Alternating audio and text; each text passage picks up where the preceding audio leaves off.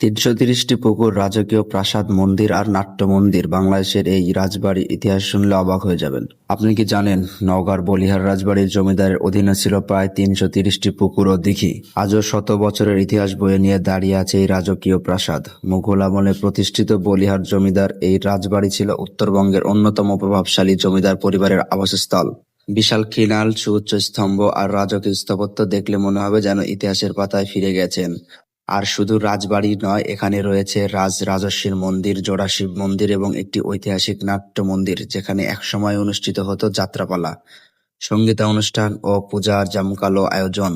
চারপাশের পুকুর ও দিঘিগুলো শুধু সৌন্দর্যের জন্য নয়, জমিদারের আমলে পানি সংরক্ষণ ও কৃষিকাজের গুরুত্বপূর্ণ অংশ ছিল। সময়ের সঙ্গে অনেক কিছু হারিয়ে গেলেও বলিহার রাজবাড়ির প্রতিটি দেয়াল আজও অতীতের গৌরবময় গল্প শোনায়। ইতিহাস আর ঐতিহ্যের এই অনন্য নিদর্শন দেখতে আপনি কি কখনো বলিহার রাজবাড়িতে গেছেন?